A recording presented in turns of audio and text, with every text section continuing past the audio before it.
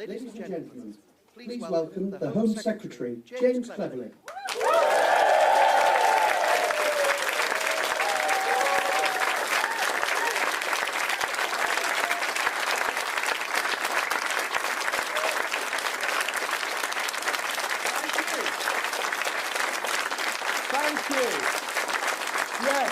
Thank you.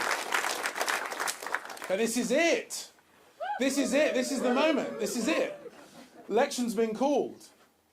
And elections are about choices. And we are going to present the British people with a choice. And it is a clear choice. It is a simple choice. And it's a choice about leadership. It's a choice about decisiveness. It's a choice about integrity. And it's a choice about what happens next for our country. That's what elections are about. So let me just briefly, before I cede the stage to the Prime Minister, let me just briefly remind us all why this choice matters so very much. Today we had fantastic economic figures. Inflation is now back where it should be. It's at normal inflation levels, not by accident, because of choices. Yes. Difficult choices, but because of choices made when Rishi Sunak was Chancellor and choices he made when he was Prime Minister.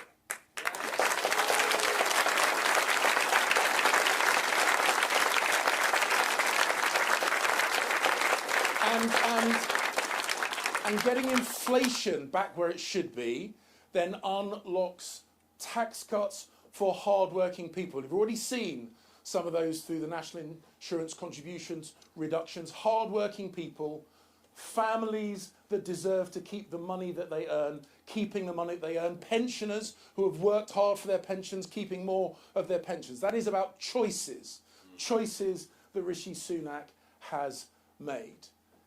And, of course, in a time of turbulence, when there is danger across the globe, whether it's in the Middle East or whether it's in the Asia-Pacific region or whether it's in cyberspace, we need a leader at the head of a government who is willing to make the right choices, just as he did when, as Prime Minister, he decided to give our friends in Ukraine the support they needed to defend themselves against Putin's aggression.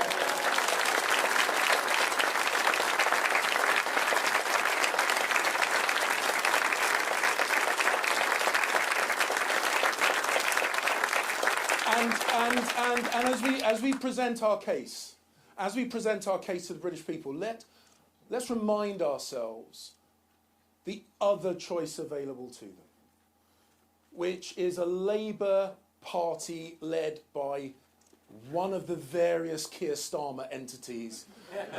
And I say that because I don't know who's turning up. I don't know what we're getting with the Keir Starmer-led Labour Party. Is it the Keir Starmer who backed relentlessly, not once but twice, Jeremy Corbyn to be Prime Minister? Is it that Keir Starmer? Or is it the Keir Starmer that then promised to be continuity Corbyn when running for the leadership to tickle the tummy of the left-wing voter bloc in the Labour Party? Is that Keir Starmer? Or the Keir Starmer that then denounced Jeremy Corbyn? Or is it the Keir Starmer who is now worried about the left flank of his Labour Party and starting to flirt once again with the language that he's used in the past? I genuinely don't know. I hope he does. I'm not completely convinced. So the choice is really simple.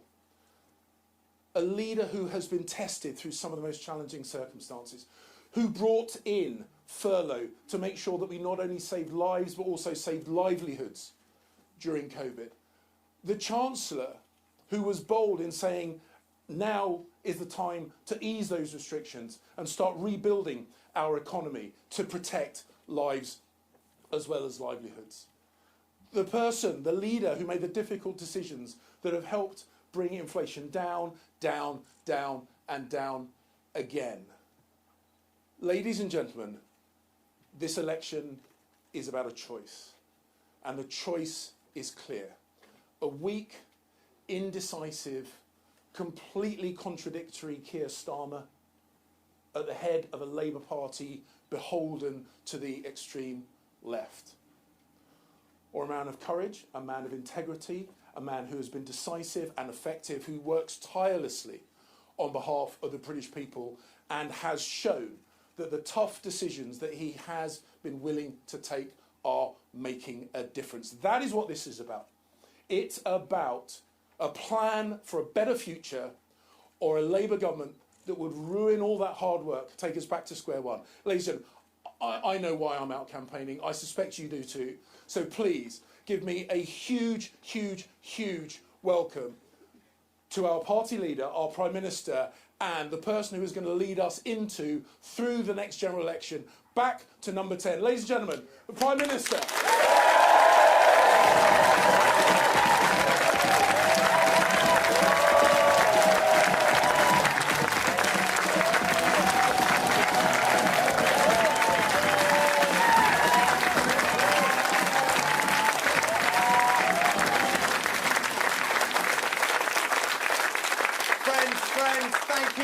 Great to be with you all this evening. Great to be with you all this evening. You are the lifeblood of our incredible party, and I can tell by this reception that you are up for this general election.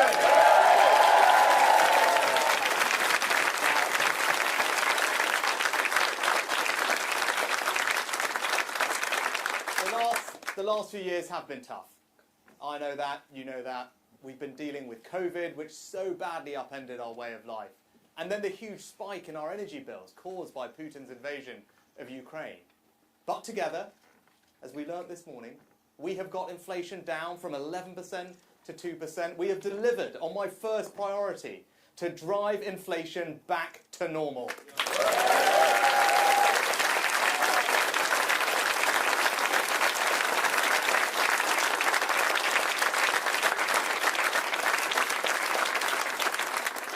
We've shown the country that it is only this Conservative Party that can deliver the economic stability, the foundation of our national success. The economy is growing again, faster than Germany, France and the United States. Wages have been rising faster than prices for 10 months now. The economy has turned a corner. Friends, our plan is working.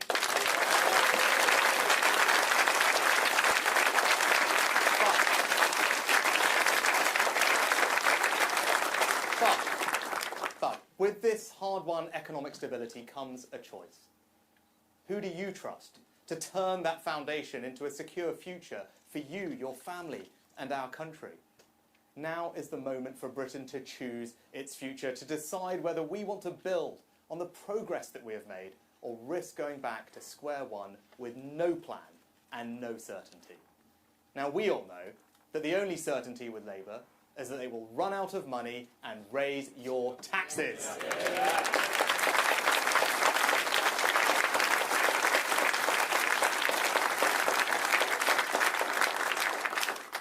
And as Jeremy showed us just the other week, Labour would cost every working household more than £2,000 extra in taxes.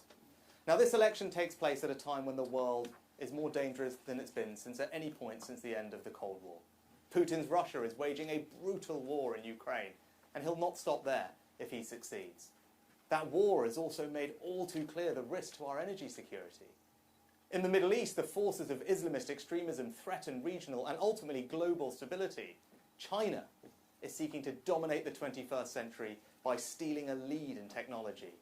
And migration is being weaponized by hostile states to threaten the integrity of our borders.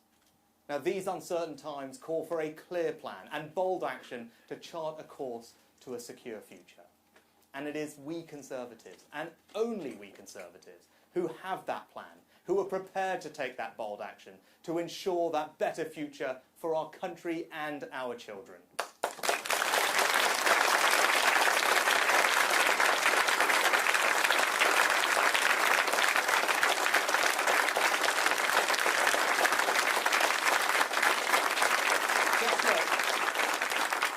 Just look at our plan to cut migration and stop the boats with our Rwanda screen.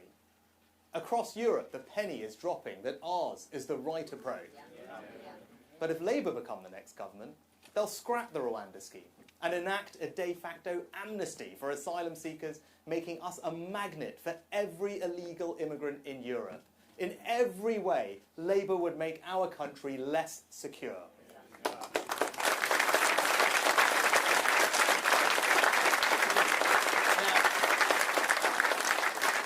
Labour want you to think that this election is over before it has even begun. But we are going to fight. We are going to fight every day for our values and our vision. And the British people are going to show Labour that they don't take too kindly to being taken for granted.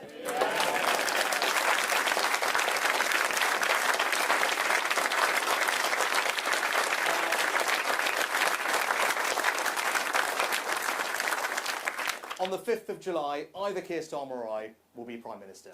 And he has shown time and time again that he will take the easy way out and do anything to get power. If he was happy to abandon all the promises that he made to become Labour leader once he got the job, how can you know that he wouldn't do exactly the same thing if he were to become Prime Minister? If he doesn't have the conviction to stick to anything he says, if he doesn't have the courage to tell people what he wants to do, and if he doesn't have a plan, how can he possibly be trusted to lead our country, especially at this, the most uncertain of times?